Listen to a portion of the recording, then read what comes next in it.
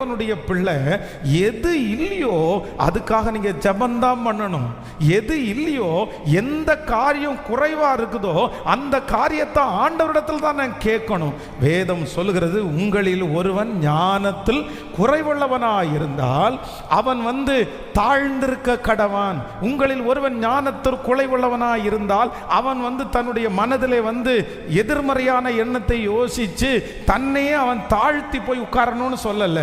உங்களில் ஒருவன் ஞானத்தில் குறைவுள்ளவனாய் இருந்தால் அவன் தாழ்வு மனப்பான்மையாய் இருக்காமல் தேவனிடத்தில் சகல ஞானத்தின் உறைவிடமாய் இருக்கிற அவரை நோக்கி கேட்பார்களே. ஆனால் சகல ஞானம் பொருந்திய தேவன் எந்த இடத்திலே அவன் ஞானம் இல்லை என்று நினைக்கிறானோ அந்த இடத்திலே ஞானத்தை கொடுத்து வழி நடத்துவதற்கு கர்த்தர் வல்லவராய் இருக்கிறார்.